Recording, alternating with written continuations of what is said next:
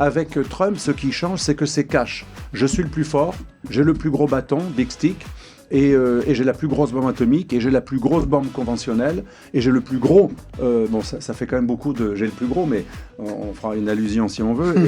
Et ça, c'est le côté un peu adolescent, celui qui pisse plus loin. Mais c'est quand même très... En même temps, c'est très mal alpha, c'est tout à fait normal en politique.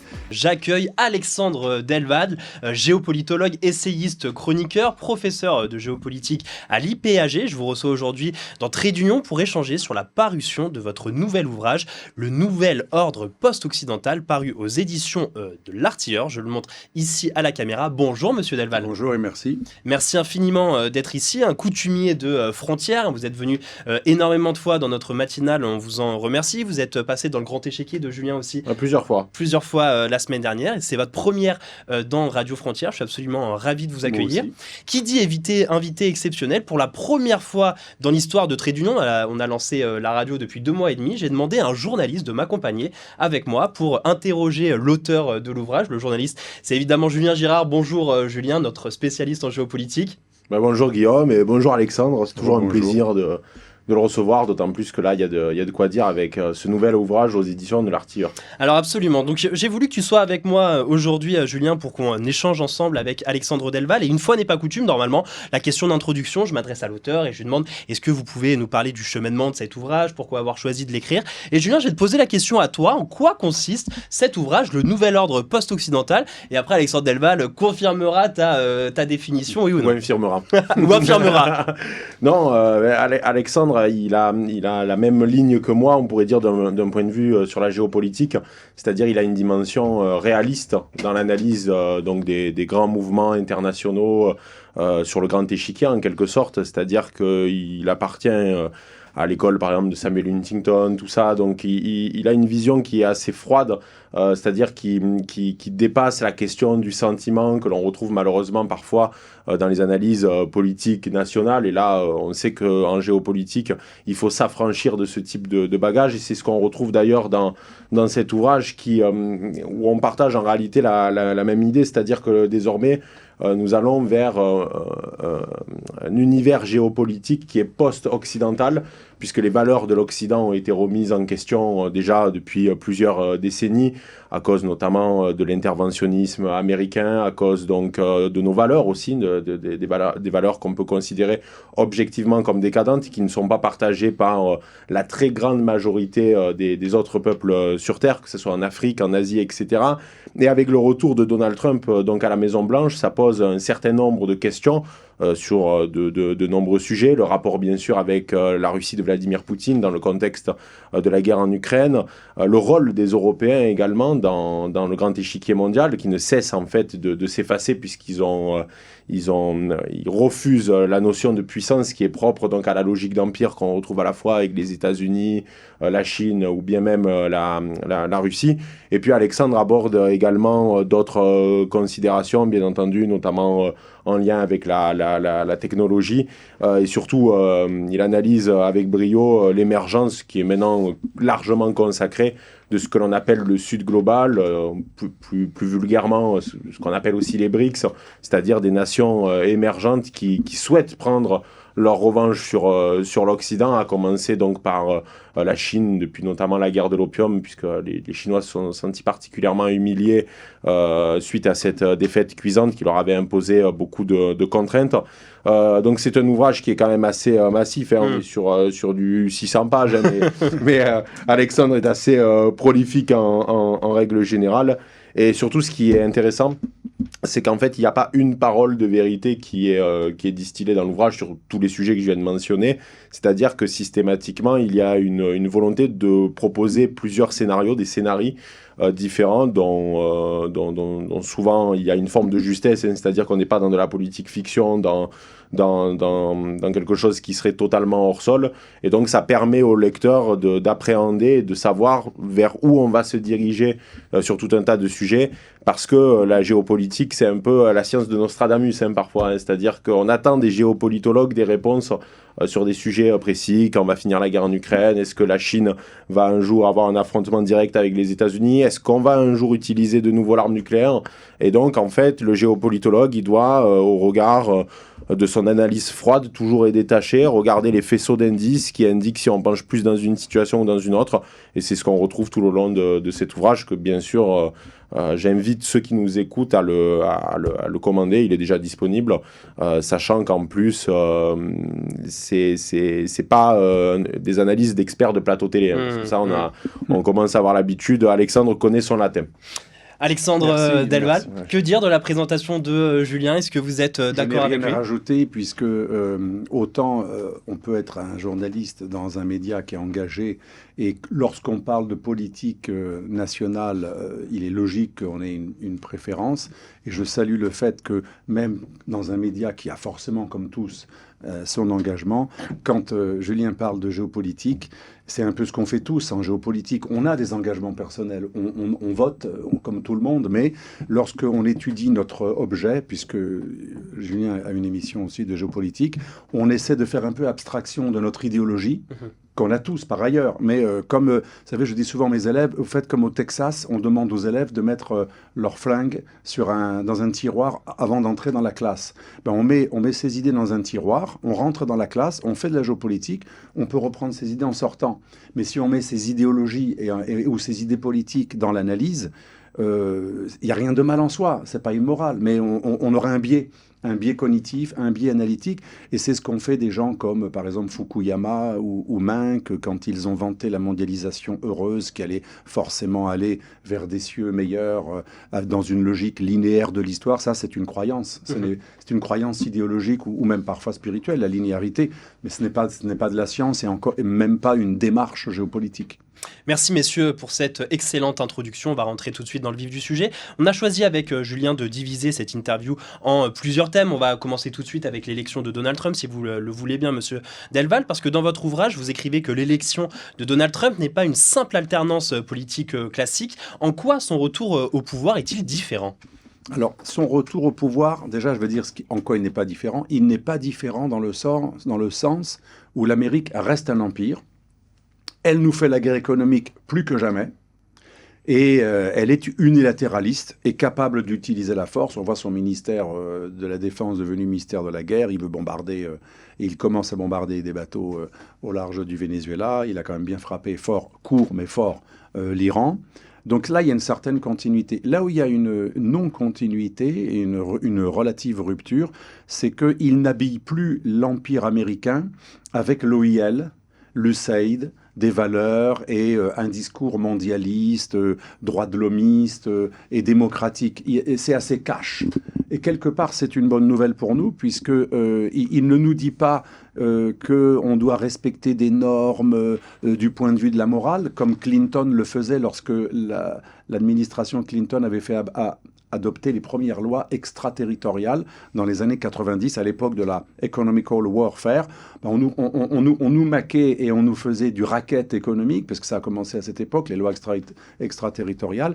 Mais tout cela était habillé d'un magnifique moralisme. Avec Trump, ce qui change, c'est que c'est cash. Je suis le plus fort, j'ai le plus gros bâton, big stick, et j'ai la plus grosse bombe atomique, et j'ai la plus grosse bombe conventionnelle, et j'ai le plus gros... bon, ça fait quand même beaucoup de... J'ai le plus gros, mais on fera une allusion si on veut. Et ça, c'est le côté un peu adolescent, celui qui pisse plus loin. Mais c'est quand même en même temps, c'est très mal alpha, c'est tout à fait normal en politique. Mais lui, il dit carrément, voilà, comme je suis le plus fort, c'est moi qui va décider, toi... Tu vas avoir 15% de taxes parce que je suis gentil, tu aurais pu avoir 30%, et moi c'est 0 parce que c'est moi. Quelque part, c'est tellement cash que ça suscite une révolte et une prise de conscience. Donc l'avantage, si vous voulez, de Trump, c'est pas un ange. Moi, je ne comprends pas tous les patriotes ou les souverainistes, soit qui sont en admiration devant Poutine ou en admiration devant Trump, ni l'un ni l'autre ne va faire nos intérêts. Ils feront les intérêts de leur nation, de leur État, et c'est tout à fait normal. Il ne faut pas les diaboliser, mais il ne faut pas non plus les idéaliser. Et Trump n'est pas plus l'ami de l'Europe que la Russe, que l'est M. Poutine. Il ne va pas plus venir au secours des souverainistes que viendra Poutine, mais effectivement, objectivement, c'est intéressant pour les souverainistes, puisqu'il est lui-même de l'école réaliste. il est cash, il marche aux intérêts, et ça peut effectivement créer un climat non pas d'alliance, parce que ce ne sera jamais un allié, hein, il nous fait une guerre économique plus que jamais, mais ce qui est intéressant, c'est qu'il veut démanteler l'OIL, c'est-à-dire l'habillage internationaliste et globaliste.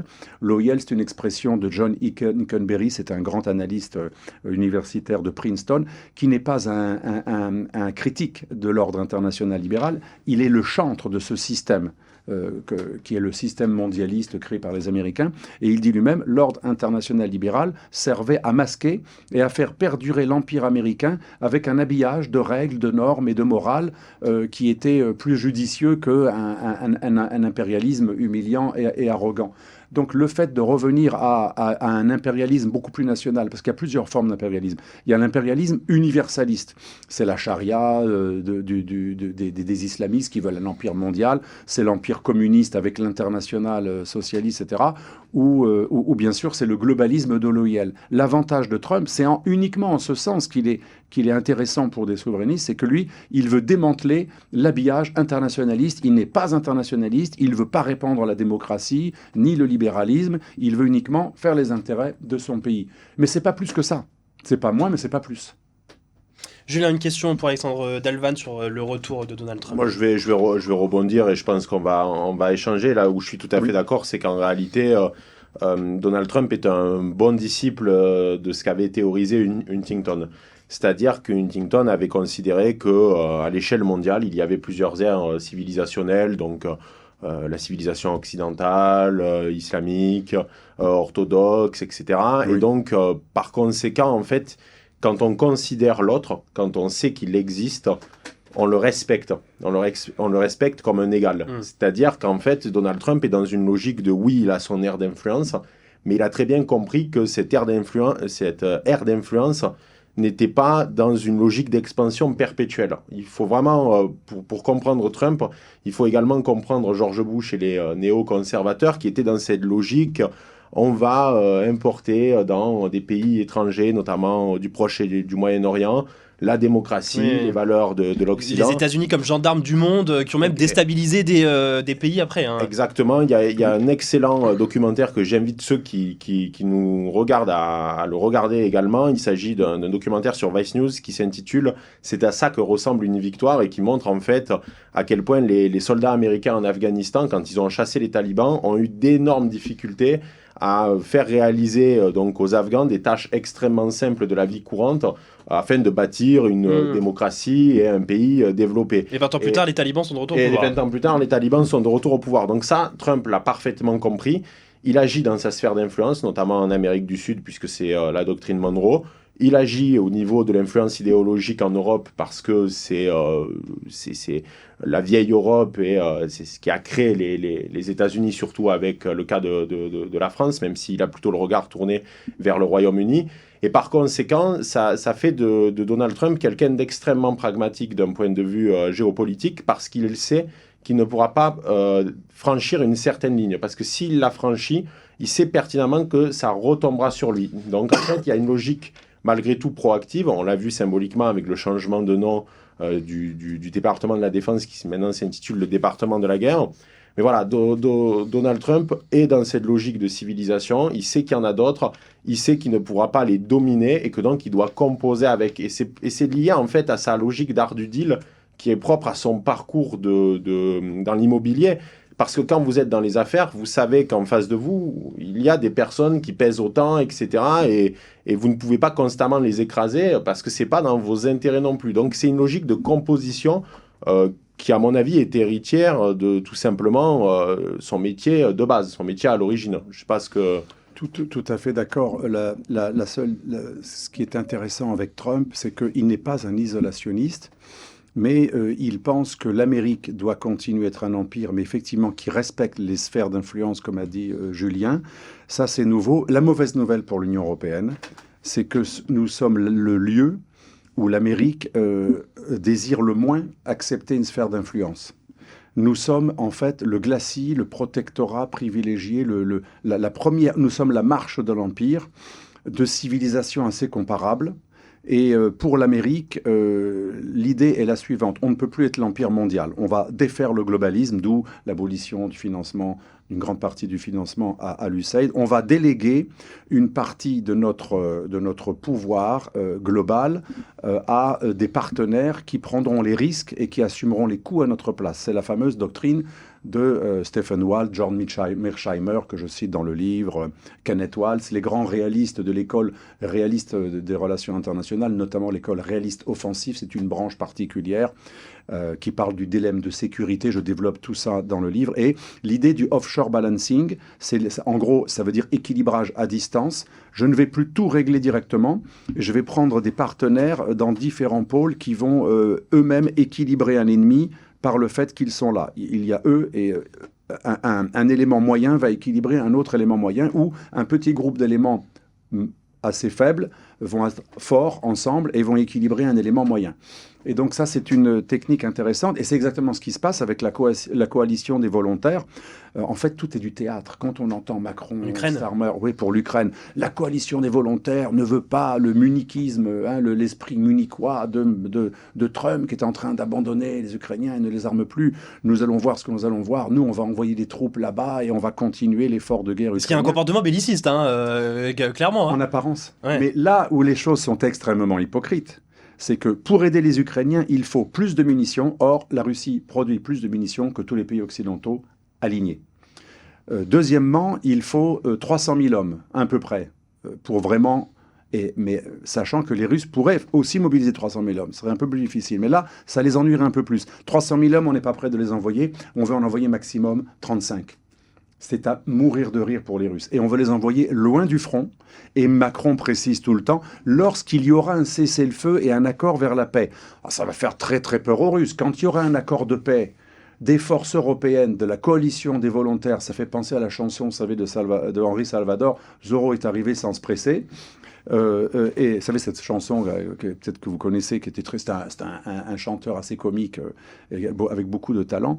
Et tout cela ne fait pas peur aux Ukrainiens, mais ça correspond en fait totalement au plan Trump. Le plan Trump, c'est quoi? Nous déléguer la livraison des missiles. Parce que vous savez qu'en défense et en géopolitique, quand vous vendez un missile à quelqu'un, même qui peut tuer beaucoup d'ennemis, mais que ce n'est pas vous qui le livrez, vous le vendez à quelqu'un au nom du business. Voilà, j'ai fait du business, mais ce quelqu'un, lui, va le livrer.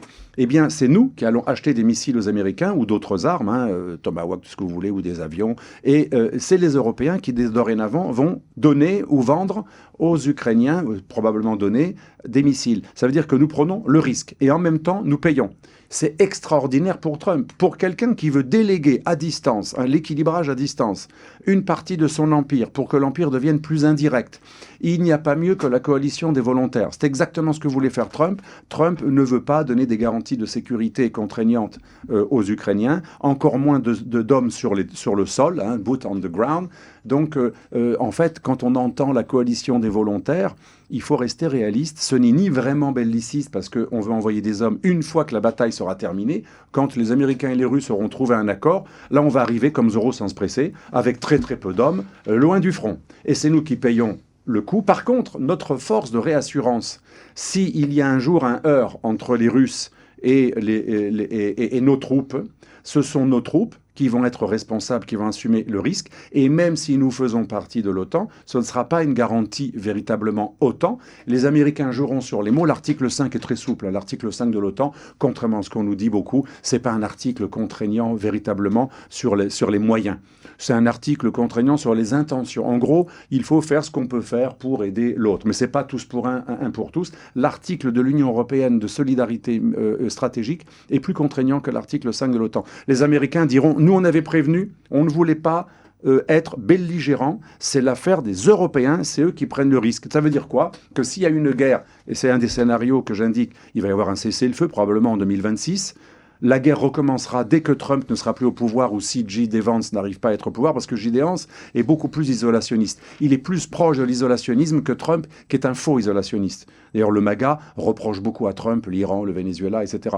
Donc, dans les scénarios, j'ai interrogé pas mal de personnes, des grands généraux comme Delaprelle, des gens des anciens des forces spéciales comme Olivier Krohn. J'ai fait un livre avec, bien sûr, ce que je pense, que j'ai recueilli, mais aussi j'ai voulu, l'ancienne ministre de la Défense, Elisabetta Trent, j'ai interrogé beaucoup de gens, et c'est comme ça vous savez, si on compare plusieurs sources et plusieurs experts, en plus des sources ouvertes et du temps long que l'on compare au temps court, on a des instruments qui permettent en gros de savoir plus ou moins ce qui pourrait se passer.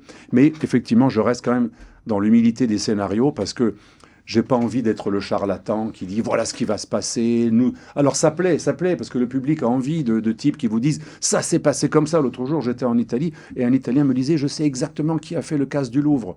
C'est des services secrets, je me rappelle plus quel pays l'a mentionné, qui ont commandité ça. Il savait tout, il avait aucune preuve, il savait tout. Mais c'est vrai que ça fait dans une émission, ça fait mieux de dire voilà ce qui va se passer.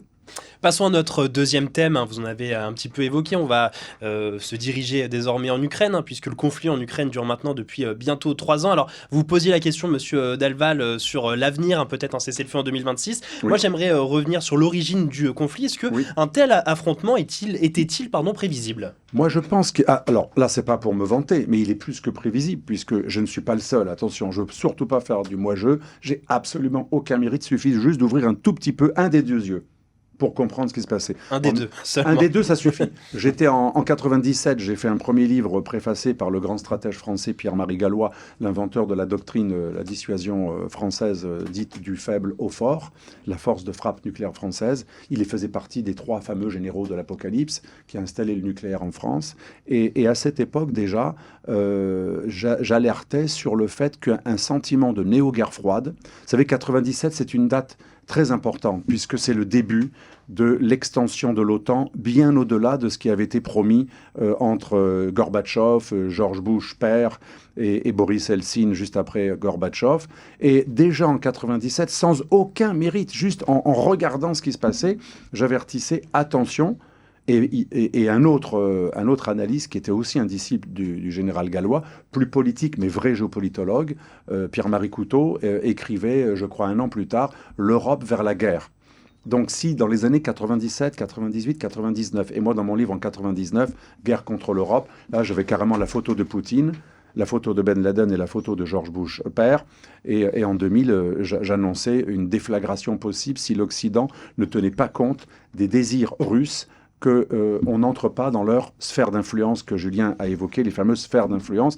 Donc si dans les années 97-2000, des analystes français qui n'ont pas forcément leur renseignement de la CIA, etc., avaient vu que quelque chose était en train de germer, même si Poutine, c'était le Poutine 2. Vous savez, il y a 3 Poutines, le Poutine soviète, le Poutine libéral, adjoint de Anatoly Sobchak à la mairie de Saint-Pétersbourg. Le Poutine 2 est très libéral, il est à fond avec les marques, il gère l'international, le business, et il est très pro-occidental. Il y a le Conseil OTAN-Russie qui a été créé à cette époque, qui a été malheureusement ensuite en désuétude, mais il y avait un Conseil OTAN-Russie qui allait vers une intégration de la Russie dans un système de sécurité conjoint Amérique et Russie sur le continent eurasiatique. C'était très, très, très enthousiasmant. Ensuite, quand Poutine a été un peu déçu des États-Unis, avec lesquels il avait des très bons rapports au début, à partir de la guerre en Irak 2003, les rapports se détériorent avec George Bush. Mais au début, il était très proche de George Bush, 3 fois reçu dans son ranch. Il y avait vraiment une lune de miel, comme on a cru avec Anchorage entre Poutine et M. Trump. Vous voyez, l'histoire se répète. Et déjà, à partir de 2003, guerre en Irak, puis 2004 et 2005, les fameuses révolutions arabes, Géorgie, surtout Ukraine, la première en Ukraine, puis Kirghizistan, juste à la suite de Otpor, c'était en Serbie. Otpor, c'était le début de ces révolutions de velours où les ONG américaines renversent des gouvernements. Après ce contentieux, ce passif, et surtout la guerre au Kosovo, 99, qui a abouti ensuite sur une révolution de velours qui chasse Milosevic, qui est envoyé au tribunal de La Haye. Les Russes, là, commencent à vraiment être très, très, très en colère, mais ils continuent à croire à un accord possible avec les Occidentaux. Et enfin, arrive 2007, le fameux discours de Poutine à la conférence de Munich. Qu'est-ce que dit Poutine? Vous allez beaucoup trop loin. Et c'est pas que l'OTAN. Les gens oublient que l'histoire de la genèse du conflit russo-occidental, ce n'est pas que le traité. L'OTAN, c'est un traité qui n'ennuie absolument pas les Russes si ce traité reste à des frontières relativement lointaines de la Russie, mais surtout, c'est qu'un bout de papier, un traité. Ce qui gêne les Russes, c'est les missiles, les bases, les antimissiles, les bases permanentes ou tournantes, et c'était le fameux contentieux qui a rendu, je dirais pas hystérique Poutine, c'est pas un sanguin, c'est un homme extrêmement froid. J'ai rencontré des gens qui l'ont très bien connu, notamment l'ancien président de Fiat, Serge de Palen, qui a très bien connu à l'époque le Poutine libéral. Il me disait, tout son entourage le caractérisait comme un homme très lent à la décision. Absolument pas un impulsif ou un hystérique. Le contraire. D'ailleurs, en Ukraine, il est intervenu très tard parce que les faucons et les militaires lui demandaient de prendre l'Ukraine en 2016, lorsque c'était facile. Ça montre que, vous voyez, c'est pas aussi clair que l'on croit, un impulsif qui a pété un câble. Non, c'est parce que les choses arrivaient à leur point de non-retour. Mais bref, les missiles, qui sont en fait plutôt des antimissiles, mais un antimissile reste un missile. La crise des missiles, lorsque George Bush, qui est vraiment le père de la déstabilisation du monde post-guerre froide, lorsque George Bush a voulu installer des batteries antimissiles dans plusieurs pays de l'Europe de l'Est, soi-disant pour protéger l'Europe de l'Est contre la menace iranienne. Alors j'aimerais savoir en quoi, dans les années 2000, cher monsieur, dans les années 2000, en quoi l'Iran menaçait la Pologne, la Tchéquie, la Slovaquie, la Roumanie. Bien sûr, les Russes, non seulement ont été énervés que des missiles arrivent trop près de chez eux, pour une raison évidente. Quand un missile est très près de chez vous, vous avez moins de minutes pour l'intercepter. Ça peut déstabiliser toute votre dissuasion et même en cas de guerre nucléaire, compromettre un certain nombre de ripostes possibles. Donc, c'est existentiel pour un pays. Et voilà la genèse de la guerre en Ukraine. C'est à la fois la déstabilisation politique par des révolutions de velours qui ont renversé des gens qui étaient proches de la Russie et en bons termes avec la Russie, mais c'est également des questions liées aux missiles et aux antimissiles qui ensuite, par Obama, ont été réduits uniquement à la Pologne et la Roumanie. Il y a tout un chapitre là-dessus. Mais tout de même, même si Obama était moins provocateur et expansionniste que George Bush, il a tout de même maintenu un programme de missiles antimissiles qui sont vraiment un casus belli pour les Russes. Donc il y a deux casus belli. Stratégique, c'est pas le traité de l'OTAN, c'est les bases tournantes ou fixes ou les missiles et les antimissiles de pays de l'OTAN, ce qui est très différent d'un bout de papier. L'OTAN n'est qu'un traité. Ce qui compte, c'est ce que font les États à l'intérieur de l'OTAN. Et ça, c'était un casus belli que Poutine a dénoncé en 2007. Il faisait aussi allusion à l'expansionnisme politique des révolutions de velours. Nous ne l'avons pas écouté. L'année suivante, après un discours qui était très clair sur un avertissement de risque de guerre, nous avons proposé à l'Ukraine et à la Géorgie de rentrer dans l'OTAN.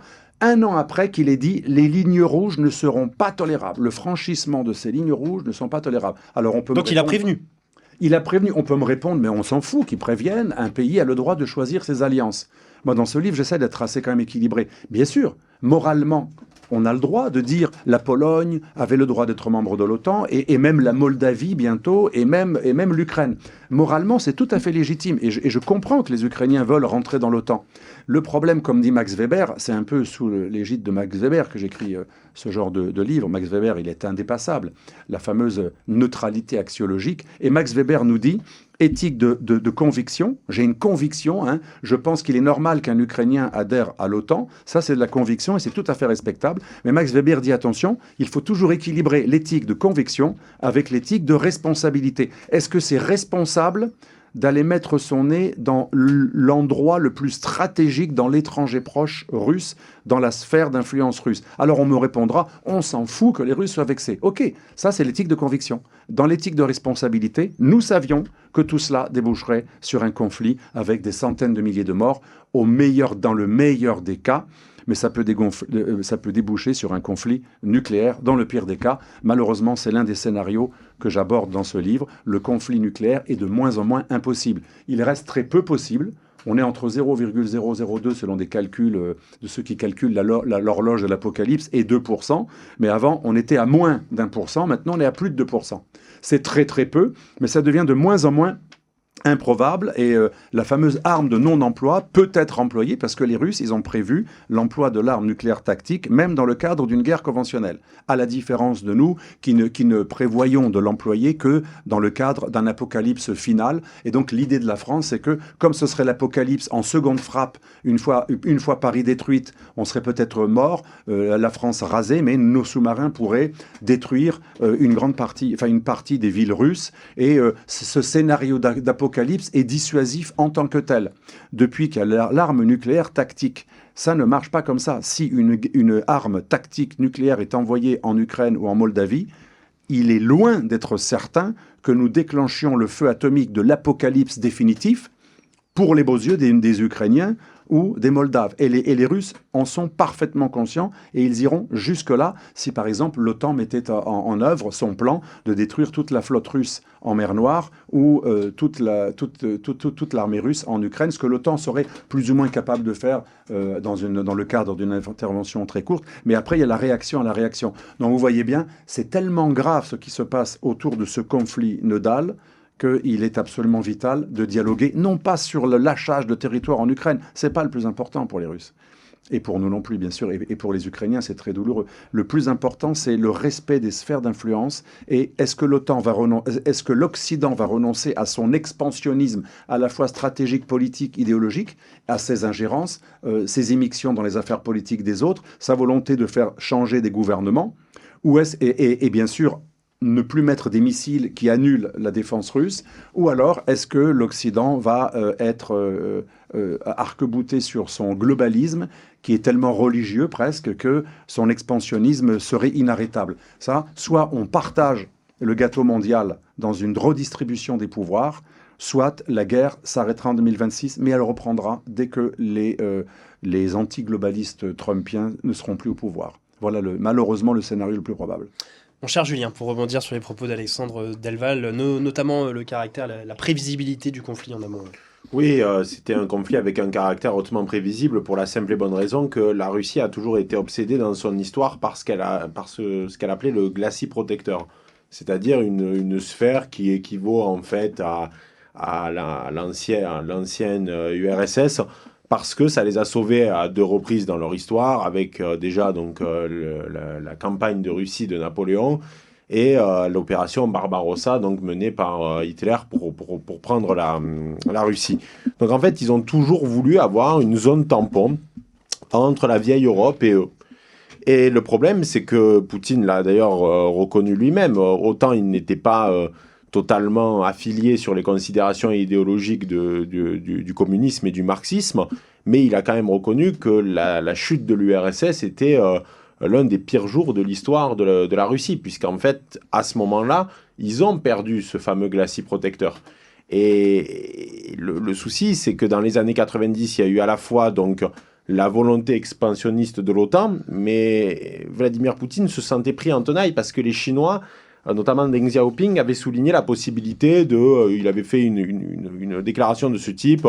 On lui posait la question par rapport donc à la population chinoise, où on logerait l'augmentation en fait de la population chinoise. Il avait répondu les terres du Nord, en mentionnant en fait la Russie de manière implicite. Donc en fait, il se sentait pris en tenaille à la fois avec le début donc de la Chine, et qui a adopté ce qu'on appelait le socialisme de marché, enfin qui est un mélange entre le capitalisme et l'interventionnisme, et de l'autre côté, l'OTAN et la vieille Europe, avec les États-Unis en arrière-plan, qui, chez certains néoconservateurs, il y avait une volonté de balkaniser la Russie, c'est-à-dire d'en faire, comme ce qui s'est passé en ex-Yugo, tout un tas de petits États éclatés, afin de casser sa puissance, puisque c'est divisé pour mieux régner, c'est vieux comme le monde. Donc en réalité, c'est que et d'ailleurs on remarquera que la guerre a débuté quand Joe Biden est arrivé au pouvoir. Et ça, Vladimir Poutine a insisté à de multiples reprises sur l'idée que, et je pense qu'il est honnête quand il dit cela, que si Donald Trump avait été au pouvoir à ce moment-là, il n'y aurait pas eu de guerre en Ukraine. Puisque de suite, en plus on sait qu'il y a quand même, dans la géopolitique, il y a aussi des affaires un peu plus politiques. On sait pertinemment que Joe Biden ainsi que son fils avaient des affaires pas très nettes en Ukraine. Hein. Ça a été révélé notamment dans les dossiers qui ont été publiés et qui étaient issus du PC portable de Hunter Biden. Donc il y avait quand même des connivences entre la famille Biden et certains responsables ukrainiens, certains oligarques entre gros guillemets.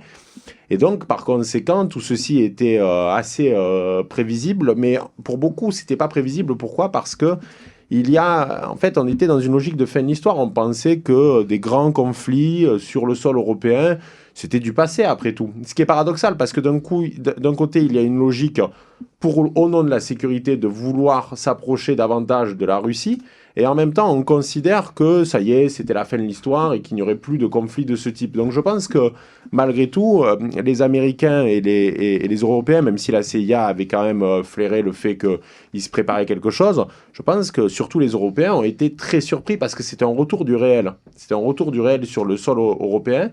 Et quand vous dormez depuis longtemps et que le réveil sonne en pleine nuit, ça fait mal. Et ben, c'est exactement ce qui s'est passé dans ce cas de figure. Et malheureusement, il y a tout un changement de paradigme qui doit s'opérer avant d'imaginer la possibilité de la faire en Ukraine. Et puis oui, l'utilisation de ce qu'on appelle les têtes nucléaires tactiques, est une possibilité, c'est-à-dire que vous avez des missiles balistiques intercontinentaux avec une puissance faramineuse qui dépasse largement ce que les Japonais ont pu voir avec Hiroshima et Nagasaki, mais vous avez également des têtes nucléaires tactiques qui ont failli être d'ailleurs utilisées à 2 reprises par les Américains, encore eux, à la fois en Corée, pendant la guerre de Corée, mais également au Vietnam. Il y a eu un moment des discussions sur la possibilité d'utiliser des armes nucléaires tactiques. Donc, je pense qu'il faut imaginer la possibilité que les générations futures reverront un jour ou l'autre l'utilisation d'une arme nucléaire. Oui. Et malheureusement, alors très rapidement, dans le livre, j'ai tout un passage sur justement ce qui permettrait malheureusement ce scénario du pire, c'est les incursions. Vous savez, les incursions ukrainiennes, il y a plus d'un an, lors de l'été 2024 en territoire russe. L'idée de Zelensky, c'était nous entraîner dans une violation de ce qu'on appelle la sanctuarisation. Vous savez que l'arme nucléaire, elle est supposée sanctuariser un pays. On n'ose pas toucher un pays nucléaire. Et c'est ce qui retenait M. Biden, qui était très très prudent au départ, et tous les dirigeants américains. Et l'idée de Zelensky, depuis le début, c'est nous entraîner dans une guerre. Et pour nous prouver que c'est stupide d'avoir les pétoches et il ne faut pas être munichois, il nous dit, moi je vais vous montrer, A plus B, mais de vivo, in vivo, je vais vous montrer qu'on peut accéder au territoire russe, frapper le territoire russe, et ils ne vont pas bouger. Ils ne vont pas monter en intensité, ils n'oseront pas utiliser le nucléaire, parce que de toute façon, s'ils utilisent le nucléaire à leurs frontières, ils seront eux-mêmes irradiés. Et c'est impossible, ce qui n'est pas entièrement faux comme raisonnement. Donc ça, c'était la première étape. Et on s'est laissé entraîner. Pourquoi ? Parce que nous étions co-belligérants, puisque nous donnons toutes les informations et nous livrons des armes. Deuxième étape, 1 an plus tard, c'est encore plus grave. Je ne sais pas si vous êtes au courant de ce fameux traité qui va être en expiration en 2026, New Start.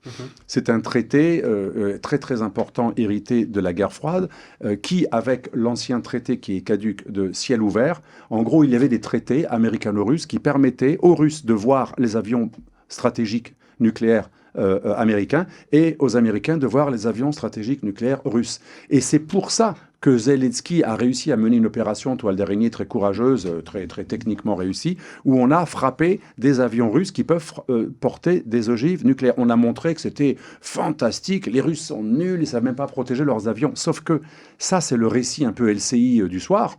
Mais le vrai récit stratégique, c'est que nous avons profité du fait que les Russes respectaient un accord international, américano-russe et international, sur la visibilité des avions, pour en fait frapper ces cibles ou aider les Ukrainiens, parce que nous avons donné tous les renseignements, à frapper ces signes. Ça veut dire que depuis lors, les Russes se disent, ils ont osé frapper un bombardier stratégique nucléaire russe. C'est comme si nous frappions des armes nucléaires qui sont présentes dans le territoire européen, mais possédées par les Américains. Rien qu'en Turquie, il y a une 50aine d'ogives nucléaires américaines. En Italie, il y a de l'arme atomique américaine. Imaginez si les Russes avaient frappé un avion ou une rampe de lancement ou un missile basé par un lanceur terrestre sur un des dispositifs américains en Turquie ou en Italie ou ailleurs. Ce serait une déflagration. Donc les Russes se disent, ils ont osé faire ça. Nous n'avons jamais frappé un objectif stratégique américain dans un des pays de leur sphère à eux. Et donc depuis, il n'y a plus aucune confiance stratégique et les Russes se préparent, y compris à l'utilisation d'armes atomiques sur le sol ukrainien, mais aussi ils se préparent à des représailles sur des objectifs équivalents dans des pays de l'Union européenne. Ça veut dire qu'une fois de plus, c'est l'Europe qui sera le territoire du carnage, qui peut être bien pire encore qu'aujourd'hui si ça monte en intensité. C'est un scénario minimal, ce n'est pas le scénario le plus probable, mais il est de moins en moins impossible. Continuons sur la Russie, si vous le voulez bien, messieurs, puisque la Russie est placée sous sanction par la plupart des pays occidentaux depuis le début du conflit. Est-ce que selon vous, monsieur Delval, la Russie est-elle totalement isolée ? Eh bien, je pense que non. Alors, pour ceci, j'ai commencé, j'ai rédigé un article universitaire que j'ai présenté dans un colloque universitaire il y a 1 an, et je le continue, et j'en ai pris pas mal de morceaux pour mon livre. Ça fait pas mal d'années que j'étudie les sanctions sur la Russie, et ce que l'on peut constater, c'est que rien n'a permis de faire plier les Indiens et les Chinois dans l'achat de pétrole brut russe. Rien. Y compris les nouvelles sanctions qui sanctionnent 2 grandes compagnies de pétrole, une privée, une publique russe. Ça ne marche pas pour une raison très simple. Pour l'Inde, c'est vital d'avoir du pétrole russe qui est 30% moins cher que le marché, sur lequel l'Inde se gave en le raffinant et en nous le revendant, parce que c'est nous qui achetons du pétrole russe raffiné, qui est démarqué, il devient indien. C'est vrai que certaines grandes centrales de raffinage comme Reliance, la plus grande mondiale indienne, elles n'achètent plus directement de pétrole russe. Alors tout le monde dit les sanctions de Trump ont fonctionné le lendemain de son annonce, mais en fait c'est à partir du 21 novembre. Hein. Mais le lendemain de l'annonce, les Chinois et les Indiens, vous avez remarqué, hein, ont commencé à baisser un petit peu leurs achats. Vous savez ce qui s'est passé en réalité ? Ce qui a baissé, c'est ce qui est visible. Donc en gros, pour nos auditeurs, une banque, une société de raffinage qui achète du brut, ou une banque qui fait des transactions, une société qui fait des transactions, si elle est liée au dollar, à l'euro, ou à des systèmes de paiement occidentaux, ou si elle a des intérêts en Occident, elle est traçable, elle est visible et elle est punissable. Parce que vous savez, toutes ces lois extraterritoriales sont liées à l'utilisation d'instruments occidentaux. Mais si vous n'avez aucun avoir en Occident, si vous n'avez aucune banque en Amérique, si vous n'avez aucun client américain, que vous n'êtes pas exposé, vous êtes une plus petite raffinerie qui est uniquement sino-chinoise ou russo-russe ou indo-indienne. Vous n'êtes pas exposé aux sanctions puisqu'il n'y a pas de moyen de vous accrocher. Et en plus, vous perdez la traçabilité. Comme le dit très souvent le colonel Jacques Beau, qui est un très grand connaisseur de la chose, que je cite aussi, les sanctions nous ont privés de traçabilité. Les gens que nous sanctionnons, quand ils utilisent des systèmes de paiement non occidentaux, nous ne voyons plus rien. Donc ce qui a baissé, c'est ce qui est visible. Mais par contre, il y a des raffineries qui n'achetaient pas beaucoup de pétrole russe, des raffineries indiennes et chinoises, qui maintenant vont acheter beaucoup plus de pétrole russe. Il y a des pays aussi, vous allez rigoler, que j'ai découvert dans mes petites recherches, il y a des pays comme le Maroc, qui sont devenus des exportateurs de pétrole. Ça n'a jamais été le cas en masse. Ils exportent beaucoup plus de pétrole qu'avant. C'est du pétrole russe démarqué qui est vendu à l'Espagne ou à d'autres. On a des pays comme Oman, maintenant 2 ports à Oman, 2 ports en Tunisie et des ports dans les Émirats exportent du pétrole russe raffiné en produits dérivés. C'est-à-dire que les sanctions, il n'y a rien de plus facile que de les contourner. Et enfin, quand vous disiez sanctions votées par les pays occidentaux, vous avez tout à fait raison, ce ne sont pas des sanctions internationales. Une sanction internationale n'a de valeur juridique internationale, donc universelle, supposée, que si le Conseil de sécurité des Nations Unies l'avalise. Sinon, ce sont des sanctions unilatérales de pays qui imposent leurs lois au reste du monde de façon illégale. Donc, comme M. Macron a dit, nous avons arraisonné un bateau au large de Saint-Nazaire qui transportait du pétrole russe dans un pavillon fantôme immatriculé en Guinée ou je ne sais où, avec un capitaine chinois. Alors, on a montré nos muscles. C'est comme la coalition des volontaires. C'est pipeau. Hein. On arrête le type, on les fouille, ils sont en garde à vue. Et 3 jours plus tard, ils sont relâchés, le bateau repart. Pourquoi ? Parce que rien ne permet dans le droit international d'arraisonner un bateau russe qui va vendre du pétrole, par exemple, à l'Inde et qui passe par les eaux internationales. Rien. Sinon, c'est un acte de piraterie. Si vous attaquez un bateau parce que vous voulez le forcer à ne plus vendre son pétrole. Il est sur un parcours international. Vous la raisonnez. Vous lui dites, tu n'as pas le droit d'aller vendre ton pétrole russe aux Indiens.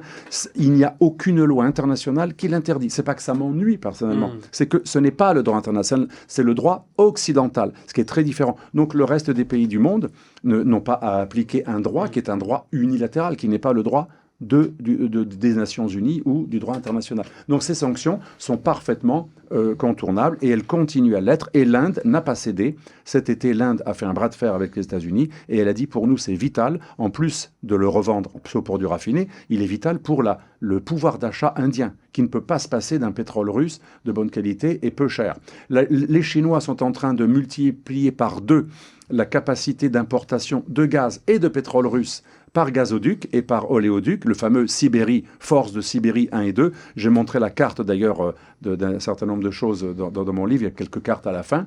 Donc si vous voulez, tout cela est contourné et ne sert à rien. Par contre, ce qui est certain, c'est que l'Union européenne, certes la Russie souffre un peu, bien sûr, elle souffre, mais elle est encore en croissance. La croissance baisse, mais elle est en croissance.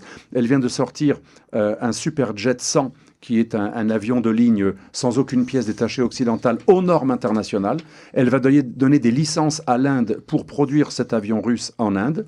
La Russie est en train de devenir plus performante dans son industrie aéronautique. Elle est devenue le premier exportateur de céréales, en partie à cause des sanctions. Et l'économie russe est en train de se diversifier comme jamais. Donc elle souffre, mais en même temps, les sanctions ont aidé la Russie à se diversifier et à produire plus de choses elle-même. Quant aux puces, on n'a jamais eu besoin de piller les frigos en Russie pour trouver des puces, puisque, je le montre dans mon livre, il y a 2 sociétés russes qui, depuis des années, fabriquent des puces, des semi-conducteurs. Il est faux de dire qu'ils doivent piller des frigidaires. Ils ont des fabrications de puces, certes à haut calibre, et celles qui sont inférieures à du 11 ou du 12 nanomètres, celles-là, effectivement, elles sont importées de Malaisie, de Chine, et via les Turcs ou les Kazakhs. La Russie n'a aucun problème pour avoir des semi-conducteurs pour son IA.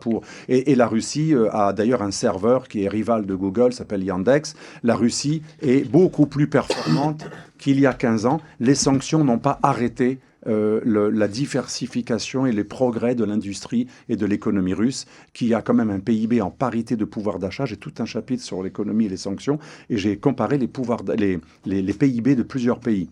En parité de pouvoir d'achat, qui est le vrai calcul de la vraie richesse, avec maintenant même Bloomberg et le FMI calculent en nominal, et ils comparent avec le parité de pouvoir d'achat, ce qu'on appelle PPA. Pour nos auditeurs, le PPA, parité de pouvoir d'achat, c'est qu'est-ce que vous pouvez faire avec 1 euro en France et qu'est-ce que vous pouvez faire avec le même euro en Russie. Or, on fait beaucoup plus en Russie. Donc, en parité de pouvoir d'achat, l'Inde est 3e, la Chine est déjà première, 40 000 milliards de dollars, et la Russie est 4, 5, maximum 6e et non pas 20e, et donc elle est devant la France.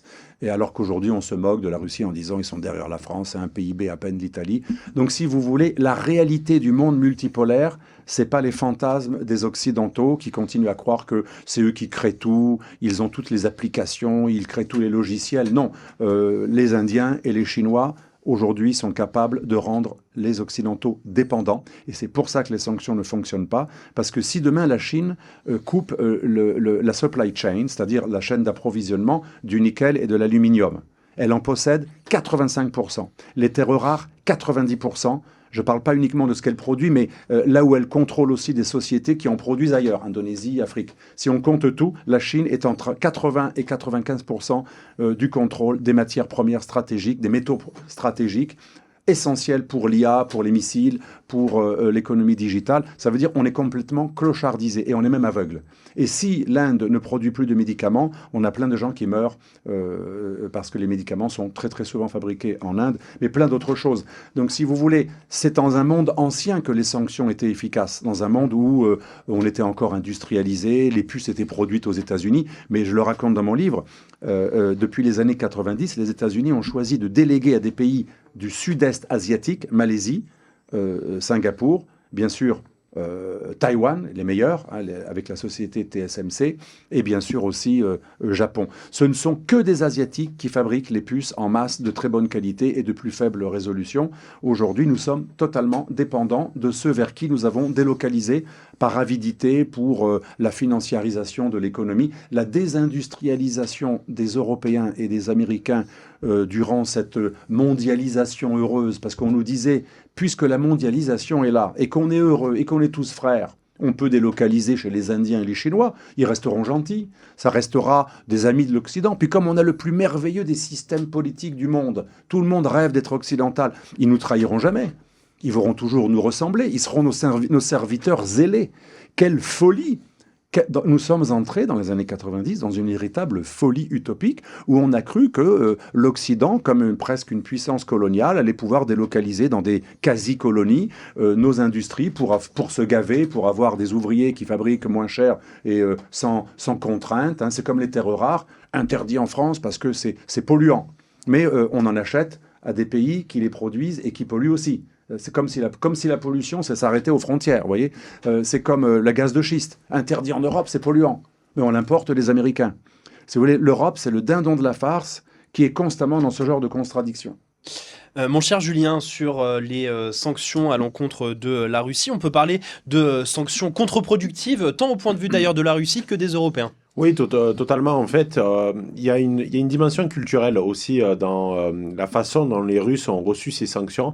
C'est-à-dire que les Russes sont des orthodoxes. Et ça, faut pas l'oublier. Et donc, dans l'orthodoxie, il y a une part non négligeable qui est réservée à la résilience. C'est-à-dire que les Russes sont extrêmement résilients et qui sont capables d'une très grande intelligence dans des moments de crise ou dans des moments où ils sont acculés, cornérisés. Et en fait, l'énorme erreur des Occidentaux, c'est de considérer, comme l'a dit Alexandre, que le monde entier souhaite vivre comme eux. Et il suffit de voir, par exemple, à l'échelle des Nations Unies, le nombre d'États qui n'ont pas sanctionné la Russie ou qui n'ont pas dénoncé l'invasion de l'Ukraine, alors que pourtant, on a affaire à une violation claire du droit international. Donc on aurait pu imaginer que, même au-delà des raisons idéologiques ou d'un agacement envers les Occidentaux, il y aurait eu une condamnation beaucoup plus unanime. Mais il suffit de voir des cartes qui démontrent le fait que... D'ailleurs, dans le livre, il y en a une de ce que vous illustrez. Exactement, et il suffit de voir que c'est la plupart des cas de ceux qui ont dénoncé l'invasion en Ukraine sont des pays occidentaux ou des très proches alliés de l'Occident, donc ou qui sont dans leur sphère d'influence. Donc en réalité, il y a tout un univers qui est propre au Sud global, qui a longtemps été méprisé par les Occidentaux, et ça a été une erreur majeure. Et donc ils ont pu créer toute une économie circulaire propre à ce Sud global, et qui fait qu'aujourd'hui, ils n'ont même plus besoin de l'Occident s'ils le souhaitent pour tout un tas de sujets. Alors oui, il y a toujours... malgré tout, il y a toujours une dimension qu'il faut prendre en compte. Il y avait un très bon article qui avait été rédigé sur un nerd sur la Chine, qui était un peu embêté parce qu'elle avait ouvert ses frontières, elle s'était développée économiquement, donc ils avaient peur de subir le même sort que les États-Unis, c'est-à-dire que vous libéralisez votre économie et vous libéralisez vos mœurs en même temps. Donc il y a quand même malgré tout dans le Sud global, chez on va dire le Chinois classique, une sorte de fascination pour l'Occident et la façon de vivre de l'Occident. Mais ça reste qu'une fascination. Dans l'ensemble, les Chinois par exemple sont capables de tout faire. On en avait parlé la semaine dernière, tu t'en souviens, sur la mentalité des Chinois. Ils veulent agir, ils sont prêts à se sacrifier leur propre individualité au service du bien commun. Et nous, ce qui nous ronge en Occident, c'est un double individualisme, à la fois un individualisme propre donc à nos populations, le narcisse, l'individu narcissique, et en parallèle un individualisme occidental doublé à une forme d'arrogance qui souligne le fait que les Occidentaux ont tout compris, ce sont les meilleurs, ce sont les plus forts, ce sont les plus beaux, et on va apprendre à ces demeurés du Sud, parce que c'est l'idée en substance. Il y a vraiment une forme de mépris longtemps, et la guerre de l'opium, d'ailleurs, en est l'incarnation la plus parfaite. La guerre de l'opium, ça nous fait remonter à plusieurs siècles auparavant, mais ça a été la quintessence de l'interventionnisme occidental sur la Chine, qui voulait tout simplement que le trafic d'opium cesse parce que ça commençait à impacter leur population. Et les Occidentaux qui ont dit non, peu importe que ça puisse impacter votre peuple, qu'il y ait des problématiques d'addiction extrêmement graves et donc un problème de santé publique, ça va à l'encontre de nos intérêts, donc on va vous l'imposer et même on va y aller encore plus fort avec le commerce de l'opium, que vous le vouliez ou non. Et ça, les Chinois qui ont qui ont la bonne mémoire et qui agissent sur le temps très long, contrairement aux Occidentaux, ils l'ont pas oublié et ils vont nous rendre coup pour coup dans les années à venir. Et même, je pense qu'ils pourraient être encore plus durs et qu'ils ne le font pas. Qu'ils ne le font pas parce qu'il y a toujours quand même cette forme d'admiration parfois pour les Occidentaux, mais ils ne sont pas dupes. Ils savent qu'on ne les considérera jamais comme des alliés, on les considère généralement comme des idiots utiles.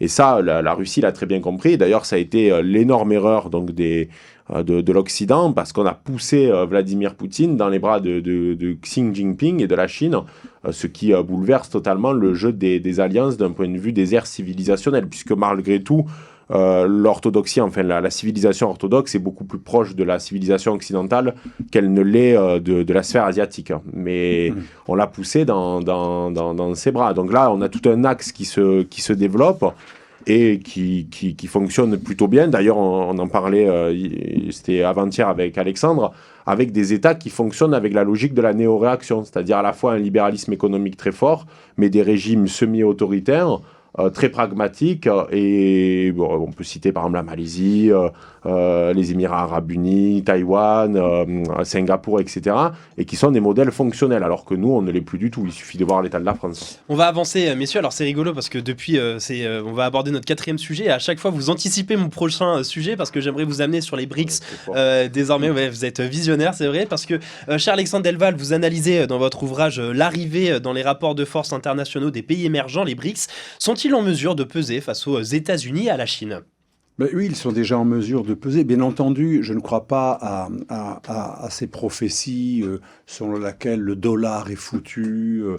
Je ne donnerai pas de nom, mais il y a des gens très connus qui ont des chaînes qui marchent très très bien, qui font des milliers de vues et qui disent le dollar est fini, il reste 3 mois ou 6 mois. Non, je montre dans le livre que ça va prendre du temps, mais il y a un processus de début de dédollarisation, puisque normalement les matières premières étaient échangées en dollars, que ce soit les matières premières tout court ou l'énergie en particulier. Et les BRICS ont dédollarisé une partie du commerce des matières premières, une grande partie, surtout pour ceux qui n'ont pas le choix, et ceux qui sont les partenaires de la Russie qui n'a pas le choix, donc Russie, Inde, Chine, Arabie Saoudite aussi, Émirats ont accepté des deals de dédollarisation, pas surtout, parce que les Émirats ne sont pas obligés, mais quand c'est utile. Les nouvelles sanctions de Trump vont intensifier ce phénomène, puisque quand vous n'utilisez pas un système de paiement occidental, vous êtes moins traçable ou plus traçable du tout. Donc, deuxième chose très importante, Madame Dilma Rousseff, l'ancienne présidente du Brésil, qui est du même parti que M. Lula, donc un peu extrême gauche. D'ailleurs, c'est une ancienne révolutionnaire tiers-mondiste et indigéniste, très très anti-américaine. Elle dirige la Banque du développement des BRICS.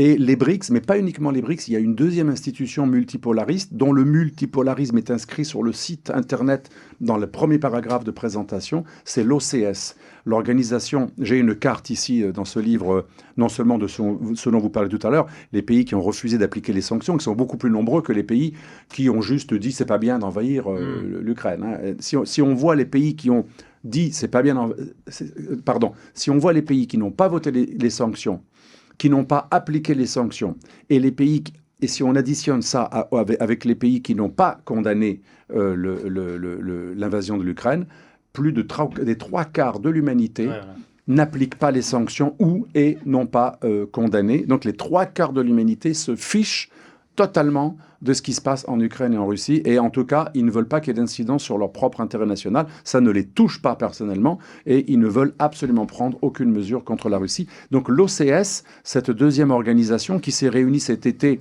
on en a parlé beaucoup puisqu'il y a eu un rapprochement sino-indien entre la Chine et l'Inde à cette occasion. On le voit bien. Et ces deux instruments, les BRICS+, qui sont maintenant 10 membres, plus plein d'observateurs, plus énormément de candidats. Il y a une 50aine de candidats potentiels, il y a 10 membres et il y a au moins 20 en liste d'attente. Donc c'est une organisation qui marche, bien que Poutine soit au centre, ça ne dissuade personne dans le Sud global, ou ce que j'appelle l'Est global, parce que le Sud global, c'est un terme un petit peu fourre-tout qui veut rien dire, mais l'OCS et les BRICS ont des banques d'investissement qui prêtent sans condition. Et ça, c'est très intéressant, parce que les institutions contrôlées par l'Occident ou créées par l'Occident, Banque mondiale, FMI, ils prêtent sous condition. Je vais vous donner un exemple. L'Ouganda a fait voter une loi qui a été considérée extrêmement radicale, homophobe, et une autre loi qui punit de mort les homosexuels qui ont contracté le sida et qui risquent de contaminer les autres. Donc cette loi a été présentée de manière un peu caricaturale, parce que c'était en fait plus complexe, mais comme une loi qui punit l'homosexualité de la peine de mort. Et le FMI et la Banque mondiale ont demandé à ce pays d'abandonner les lois homophobes et en échange, ils auraient des prêts.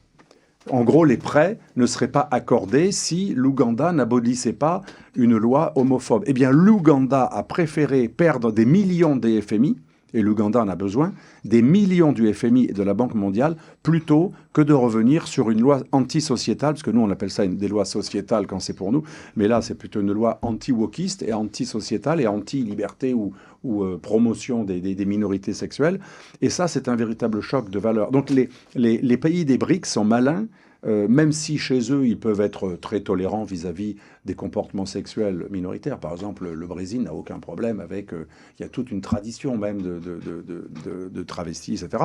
Mais le Brésil a compris que ce qui est normal au Brésil, la promotion lors du festival de Rio de personnes qui ont une ambiguïté sexuelle, ils ont compris qu'il ne faut surtout pas en parler aux Africains.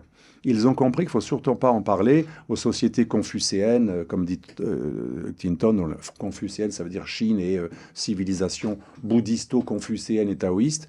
Et donc, ils ont compris qu'il ne faut pas conditionner les prêts. On va faire des prêts sans condition, ni sociétale, ni de mœurs, ni d'idéologie, ni de religion, ni de politique. Et ça plaît beaucoup aux pays du Sud. Donc ça, c'est concret. On n'est pas encore dans la dédollarisation. Moi, je pense que ceux qui disent on est en train de dédollariser, l'Amérique est en danger, elle va perdre le dollar, on est très très loin. Ça a baissé assez peu, mais ça n'augmente plus. Il y a un début, mais surtout, c'est tout le reste.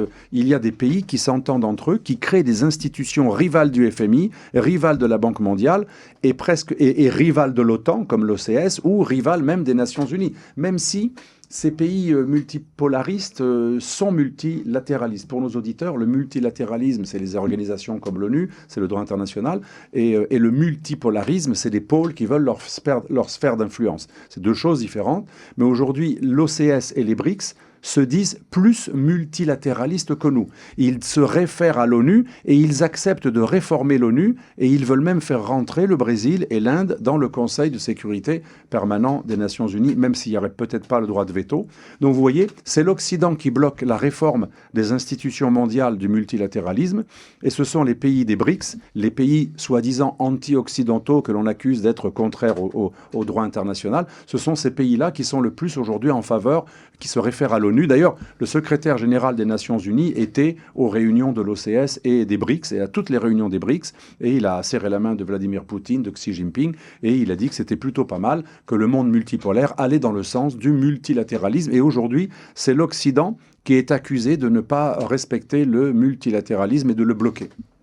Mon cher Julien, sur les BRICS, est-ce qu'on peut assister à une nouvelle diplomatie sur l'échiquier aujourd'hui avec l'émergence des BRICS? Oui, tout à fait. Je pense que maintenant, l'émergence est de toute façon consacrée. Les chiffres le démontrent. Je pense que l'Amérique n'a pas dit son dernier mot, pour prendre le titre de l'ouvrage d'Éric Zemmour. Et je pense qu'en fait, en règle générale, il y a des cycles en fait. Il y a des cycles, on arrive à la fin d'un cycle d'ordre civilisationnel, on est à bout de souffle, on a négligé la volonté de puissance, ce qui est un énorme problème. On s'est fait avoir par un certain nombre d'idées qui ont germé dans nos sociétés et qui sont le fruit, là encore, d'un individualisme très poussé. On a eu l'arrogance de penser que le monde devait s'aligner sur ces valeurs-là, et à défaut de s'aligner, elles devaient être imposées avec des conditions comme par exemple des prêts du FMI, etc. On voit que ce n'est pas le cas, et donc il y a une réorganisation, et le réel finit toujours par l'emporter. On voit d'ailleurs que ces valeurs-là, qui n'en sont pas, tout ce qui est la grande déraison, le wokisme, commence à mourir justement grâce au retour aussi au pouvoir de Donald Trump. Mais je crois qu'en fait, la problématique, selon moi, de fond, c'est nos systèmes politiques. C'est-à-dire les systèmes politiques démocratiques sont arrivés au bout du chemin, puisqu'on le voit, hein, la plupart des pays qui aujourd'hui... parce que bon, on peut dire que l'Inde, par exemple, est la plus grande démocratie, mais on sait très bien qu'il y a derrière Modi qui a quand même une poigne de vrais chefs d'État. Donc ça reste quand même des régimes soit autoritaires, soit semi-autoritaires. Et donc l'avantage, s'il y a beaucoup d'inconvénients dans les régimes autoritaires ou semi-autoritaires, mais l'avantage c'est qu'ils réfléchissent sur le temps long, ils sont pragmatiques et ce qui compte pour eux, c'est l'action politique et pas le coup de communication, puisqu'en fait, ils ne sont pas sur une temporalité propre à celle des démocraties. Ils sont sur une temporalité qui est autre, à la fois d'un point de vue politique purement institutionnel, mais à la fois aussi dans leur stratégie globale. Et nous, en Occident, on regarde Trump, par exemple. Trump, il a gagné les élections, ok, très bien, mais on voit quand même de nouveau une percée des démocrates. C'est-à-dire que dès que Trump n'est plus dans une campagne perpétuelle, il perd. Il perd ou il a du mal à imposer ses candidats, etc. Là, à New York. À New York et même ailleurs, puisqu'il y a eu quand même des votes significatifs. Il n'y a pas eu que New York et les démocrates les ont quand même tous remportés assez haut la main. Donc en fait, nous, on est toujours dans un système de clivage perpétuel, d'alternance, ce qui pour moi, en fait, n'est pas synonyme de puissance parce que c'est une instabilité politique chronique. À force, on le voit en France. On a bien vu que le système français, qui était pourtant considéré comme très stable, avec un exécutif fort, est arrivé dans un état de décrépitude avec Emmanuel Macron. Et ça, les pays que je viens de citer, enfin qu'on a cités tout au long de cette émission, que ce soit la Turquie, l'Inde, la Chine, etc., ou même la Russie, n'ont pas ces problèmes. Regardez, ça fait combien de temps qu'est au pouvoir Vladimir Poutine, combien de temps qu'est au pouvoir Xi Jinping, Erdogan. On est sur du temps long à chaque fois. Et nous, on est dans des micro-épisodes, des épisodes qui durent 4 à 5 ans, des alternances, un président qui fait, l'autre qui défait, et il n'y a pas de vision globale. Et surtout, il n'y a pas cette vision de volonté de puissance parce que eux, le Sud global ou bien les BRICS, ils ont faim. Ils ont faim et ils veulent leur revanche. Et nous, on a complètement oublié ce qu'était cette volonté de puissance. C'est ça qui nous tue, en partie. Avant-dernier sujet, Monsieur Delval, j'aimerais qu'on se concentre un petit peu sur la Chine, parce que vous analysez la mainmise de la Chine sur les chaînes d'approvisionnement en terres rares et sa montée en puissance spectaculaire en Afrique et en Asie. Est-ce que la Chine est impérialiste, Alexandre Delval ? Oui, impérialiste pas au sens occidental où elle veut promouvoir un système, mais impérialiste au sens mercantiliste et au sens d'être le numéro un. C'est pas exactement pareil. Être le numéro un, ça ne veut pas forcément dire coloniser ou vouloir que tout le monde soit chinois ou adhère au modèle chinois. La Chine n'a aucune prétention de répandre son modèle communiste, maoïste, mais par contre, la Chine veut être le numéro un et ne veut plus obéir au numéro un actuel. Et là, c'est intéressant parce que dans 2 chapitres, je parle des relations internationales et je rappelle, vous savez, les grands auteurs des relations internationales qui font allusion au phénomène de self-help et de dilemme de sécurité. Pour nos auditeurs, en gros, c'est des concepts développés par l'école réaliste des relations internationales. Et une puissance, ça peut paraître paradoxal, mais elle veut toujours être plus puissante. Pourquoi ? Parce qu'une puissance, quand elle est numéro 2 ou 3, elle sait qu'elle peut être limitée par le numéro 1 et que le numéro 1 peut peut-être lui jouer des mauvais tours. Par exemple, à Taïwan, la Chine craint le fait que sous le prétexte de Taïwan, l'Amérique, en fait, encercle la Chine. Donc une puissance, elle veut toujours maximiser sa puissance et être encore plus puissante. Et donc, ce n'est pas qu'une histoire d'impérialisme, c'est ce qu'on appelle le dilemme, c'est la tragédie des grandes puissances que je cite ici. C'est un livre classique des relations internationales de l'école réaliste. Et donc, la Chine veut être le primus inter pares, plus que vraiment l'empire. Je répète, elle ne veut pas coloniser, elle ne cherche pas à faire d'un noir un chinois ou d'un blanc un chinois. Elle veut que tout le monde ait son propre système, mais elle veut que tout le monde soit dépendant de la Chine pour que la Chine puisse ne subir aucun refus. L'idée, c'est que je serai le numéro 1 et personne ne pourra empêcher ma puissance, personne ne pourra m'empêcher. Je ne veux pas être limitable. Comment ?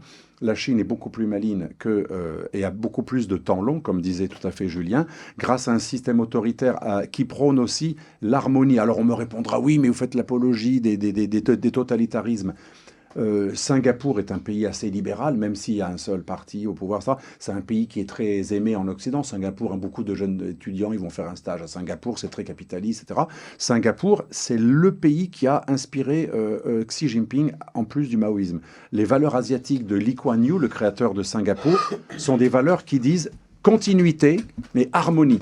L'harmonie du groupe et la continuité. On veut une stabilité. Et la stabilité, c'est quand il y a un pouvoir qui soit éclairé et qui ne soit pas constamment empêché par des élections incessantes qui font que l'ego et l'instant sont plus présents. Donc la Chine, elle veut être le primus inter pares et elle a commencé cela depuis au moins 40 ans en prenant le contrôle des lieux où il y a des terres agraires, des terres où on pratique l'extraction de minerais précieux, de coltan, d'aluminium, bien sûr de nickel qu'elle contrôle totalement, de terres rares.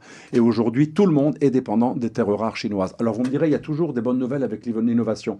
J'ai vu récemment, il y a 2 ans, une batterie de Renault qui va fonctionner, une batterie pour voiture électrique, sans terres rares. Donc il y aura toujours des espoirs face à une dépendance technologique. Heureusement, l'être humain a toujours réussi à créer des nouvelles choses. Et les Français ont des très bons ingénieurs. Mais il y a quand même, dans l'état actuel des choses, on n'a pas beaucoup de batteries de ce prototype.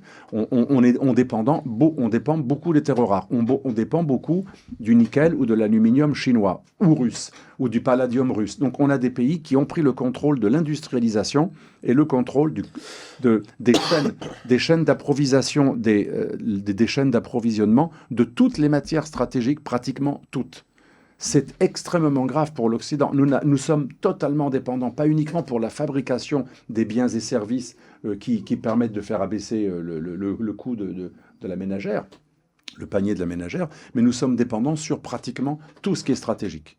Et là, c'est quelque chose qui fait que la Chine peut négocier avec Trump d'égal à égal. Et la Chine était mieux traitée que la France, que l'Union européenne. Nous, c'est 15% minimum. La Chine, ça va être 10%.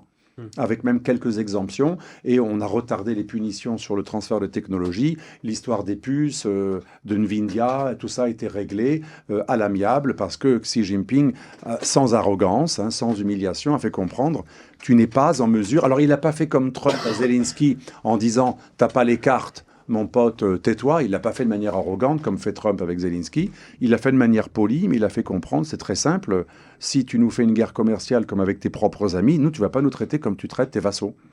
Parce que nous, on peut complètement te ruiner. Tu veux nous ruiner, mais nous, on peut carrément te rendre sans éclairage, littéralement. Vous n'aurez plus d'économie digitale. Et donc, l'Amérique a cédé avec des conditions avantageuses pour la Chine. C'est ça, plus qu'un impérialisme, c'est la volonté d'être le premier dans une logique de peur de l'encerclement, et qui est le dilemme des grandes puissances, comme disent Stefan Walt, Kenneth Waltz et John Mearsheimer, que je cite dans le livre. Le dilemme des grandes puissances, c'est toujours maximiser sa puissance. Et aujourd'hui, nous, en Occident, c'est beaucoup plus difficile de maximiser une puissance, même si on a le plus grand budget de défense comme les États-Unis, parce qu'il y a une alternance permanente et il y a une extrême polarisation de la société qui dévalorise l'intérêt national. Oui, tout à fait. Ouais. Moi, je partage totalement ce point mais que j'ai mentionné un peu précédemment. Et le cœur du problème, c'est qu'en effet, la Chine ne veut pas que les Occidentaux vivent comme des Chinois. Parce qu'eux, ils ont compris ce que Trump a désormais compris et applique, c'est que les Occidentaux ne pourront jamais vivre comme des Chinois parce qu'on ne peut pas faire une table rase de notre histoire, de notre passé, de nos valeurs. Dernier sujet, messieurs, on va se concentrer un petit peu sur l'Occident encore. On va essayer de prendre de la hauteur sur ce dernier thème, puisque vous dites dans votre ouvrage que les pays occidentaux sont aujourd'hui fracturés. Quelles sont ces fractures, Alexandre Delval ? Les fractures, c'est sur la nation essentiellement. On a, et ça c'est ce que je dis dans le début de ce livre, c'est un peu le filigrane, le fil rouge de tout le livre. On a aujourd'hui 2 Occidents qui traduisent ces fractures. Un Occident qui est globaliste, internationaliste, antinational, qui considère la patrie comme quelque chose de fasciste. Pourquoi ? Parce qu'elle adhère à un projet, parfois très sincèrement d'ailleurs, un projet global, un projet globaliste de future gouvernance mondiale. Vous savez, dans une logique un peu religieuse, l'humanité évoluerait. dans une logique linéaire, et le summum, l'horizon indépassable, ce serait le moment où on n'aura plus ce truc primaire qui s'appelle le précaré, la niche du chien, ou avec le territoire qu'il va défendre. On nous dit c'est le truc mal alpha ou primate ou préhistorique avec sa massue. En gros, c'est quelque chose de vulgaire. L'homme qui aura une nouvelle conscience cosmique, qui sera végétarien et pacifique et qui aura une conscience cosmique après avoir prié dans un ashram, qui est une idéalisation complètement ingénue. Transhumanisme. Complètement ingénue, parce que les vrais adeptes de l'ashram indien, adeptes de l'Hindoutva, ils coupent des têtes de chrétiens et de musulmans après avoir prié. Mais nous, on a idéalisé un petit peu cette culture New Age, l'homme cosmique New Age du futur. Il trouvera vulgaire l'appartenance identitaire et même être limité à un sexe. Comment? Mais c'est très vulgaire d'être... Et cette philosophie, elle est très sincèrement crue par un certain nombre d'occidentaux qui disent « faut dépasser la biologie, faut dépasser l'instinct de frontière, faut dépasser l'instinct d'identité ». Tout ça, c'est des trucs vulgaires du passé. Et d'ailleurs, c'est à cause de ça qu'il y a eu toutes les guerres.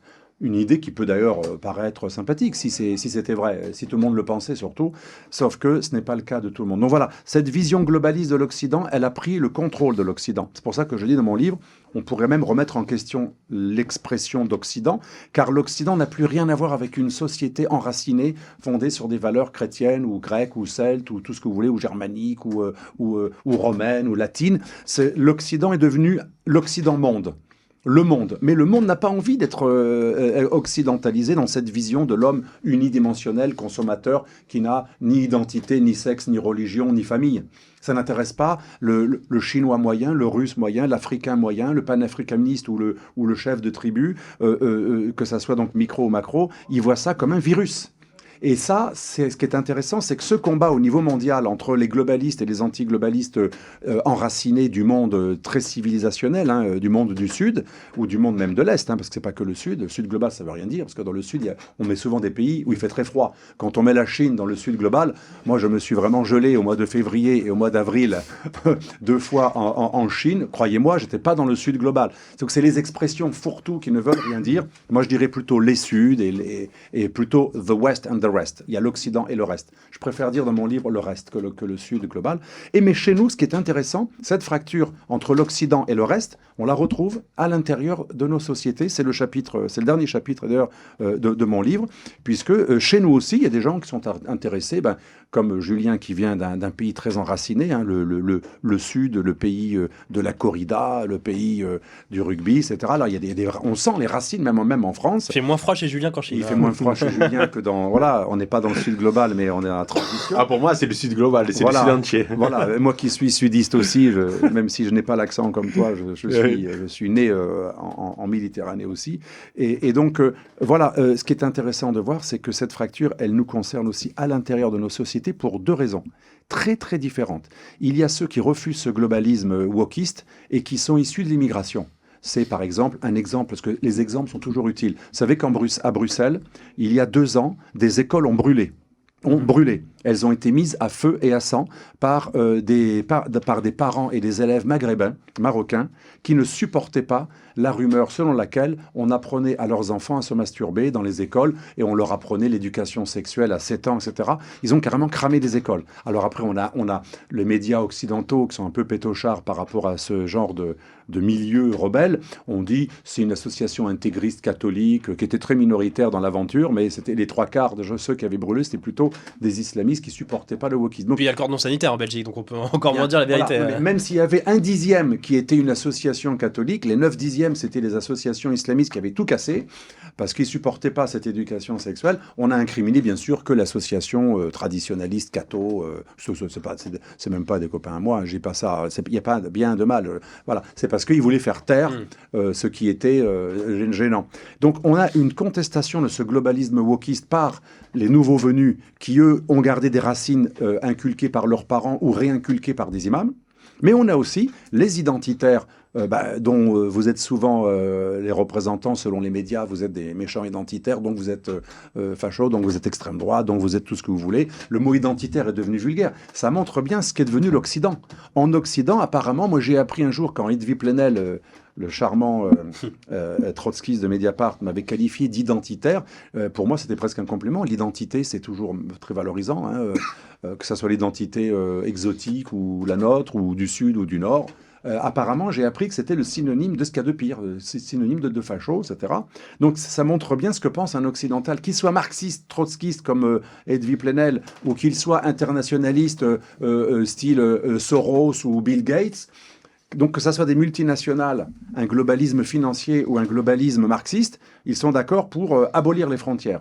Et face à cela, eh bien, on a le français enraciné qui n'est pas facho, qui n'est pas forcément extrême droite, peut-être même qu'il est fils d'ouvrier, peut-être même qu'il a été CGT, et d'ailleurs souvent on le constate, hein, Chega au Portugal qui est en train de marquer des points, Meloni en Italie, le RN en France, mais aussi d'autres mouvements comme le mouvement de droite des Suédois qui vient de faire parler de lui sur l'histoire de renvoyer un certain nombre de migrants, etc. Eh bien, on le voit, ces partis identitaires sont souvent, sociologiquement, on a cru qu'ils étaient de la bourgeoisie catho ou réac des pays, mais ce sont des mouvements ouvriéristes. Aujourd'hui, le peuple ouvrier, le votant ouvrier, vote dans ces mouvements attachés aux traditions. Et ça, c'est un clivage énorme. Donc, ce que je veux dire en conclusion, c'est assez paradoxal. Vous savez, pendant pas mal d'années, on assimilait les mouvements identitaires, donc populistes, droite ou extrême droite, à ceux qui méprisaient le Sud, qui méprisaient les personnes de couleur, qui méprisaient les gens du Sud du monde, de l'hémisphère. Eh bien, aujourd'hui, ce qui est très étonnant, c'est que rien ne ressemble plus à la requête des pays du Sud global, ou du reste, hein, le fameux rest, le West and the Rest. Rien ne ressemble plus aux requêtes des multipolaristes de la Chine, de la Turquie, de l'Indonésie, de la Malaisie qui a défendu l'islamisme et même carrément insulté Charlie Hebdo et menacé les Français de mort. Donc des gens qui sont très très identitaires. Rien ne ressemble plus au rejet du globalisme de ces pays-là que le rejet du globalisme des identitaires en Europe. Donc étonnamment, vous savez, le fameux slogan de la nouvelle droite il y a des années, que moi bien sûr je n'avais pas apprécié à l'époque, mais qui devient réalité, c'était Europe, tiers-monde, même combat. Aujourd'hui, les identitaires et les populistes et les conservateurs de droite, que l'on appelle de droite, parfois ils ne le sont pas vraiment, ils sont juste souverainistes, eh bien ils ont le même combat que les pays du Sud. Donc quand le politiquement correct veut opposer l'homme du Sud, l'Indien ou l'Arabe ou l'Africain à ces mouvements, bizarrement, ces mouvements sont d'accord. C'est pour ça que Kémy Séba a un grand succès chez certains identitaires beaucoup plus radicaux, bien sûr, que vous. Mais donc c'est ce paradoxe, je le montre dans le chapitre 7, dans le dernier chapitre. En fait, le globalisme est remis en question à l'extérieur, par le Sud global et le reste, et à l'intérieur, non seulement par des fils d'immigrés issus de la civilisation islamique qui ne veulent pas devenir dévertébrés, mais aussi par les mouvements identitaires qui ont le même combat finalement que alors bien sûr, ils ne sont pas d'accord entre eux, puisque les mouvements identitaires ne veulent pas l'immigration de masse, mais ils sont d'accord sur le refus de l'universalisme globaliste wokiste. Merci beaucoup, monsieur Delval, d'avoir été avec nous. Un dernier mot peut-être très rapide sur cette fracture de l'Occident, mon cher Julien. Très rapide. En Occident, il y a une polarisation politique extrême, une guerre des sexes, baisse de la natalité, problème identitaire avec les crises migratoires, instabilité politique chronique, aucune croissance économique. Donc, il y a perte du sentiment national. Problème de consommation de stupéfiants, surtout aux États-Unis, quand même le seul pays dont l'espérance de vie a diminué, pays développé. Manque de sens, absence du religieux. Et tout ça, en fait que l'on sort de l'histoire. C'est aussi simple que ça. Merci, messieurs, d'avoir été bien, avec moi. Moi, dans ma conclusion, j'ai dit qu'on peut revenir dans l'histoire, mais je suis d'accord. Je suis d'accord avec Julien, mais il y a une chance. On retournera dans l'histoire. Grâce justement à la montée du multipolarisme et à la guerre économique que le livre de manière cash et sans hypocrisie, M. Trump, je pense que ça peut réveiller les patriotes, les souverainistes, je dirais tout simplement les dirigeants normaux, responsables, qui vont enfin répondre aux aspirations du citoyen, parce que le citoyen, quand il vote pour un homme politique, c'est le contrat social, hein, vous savez, de Hobbes. Il veut avant tout qu'on protège sa propriété, sa sécurité. Le contrat social, c'est ça. L'homme politique, il doit permettre à un pays de rester lui-même, la continuité historique, assurer l'intérêt national et la continuité du pays. Et cette mission, qui est la mission première des hommes politiques, a été abandonnée. C'est pour ça que je dis, c'est même pas droite-gauche ou populiste ou pas. C'est la mission normale d'un chef d'État. Et avec cette multipolarisation du monde, cette remise en question du globalisme, je pense que ça peut réveiller aussi des Européens que je qualifierais même pas de populistes ou de patriotes, une nouvelle génération de leaders européens responsables, comme c'est le cas à Singapour ou en Malaisie ou en Chine ou ailleurs. Et je finirai très rapidement par une citation qui a été prononcée hier par un grand homme, Cristiano Ronaldo. Donald Trump peut changer le monde. Voilà. Très bien. Carrément. Et derrière le côté assez basique de la phrase, il y a une forme de vrai. C'est-à-dire qu'il peut inspirer des nouvelles générations et puis le Trumpisme survivra et sa façon de voir le monde aussi.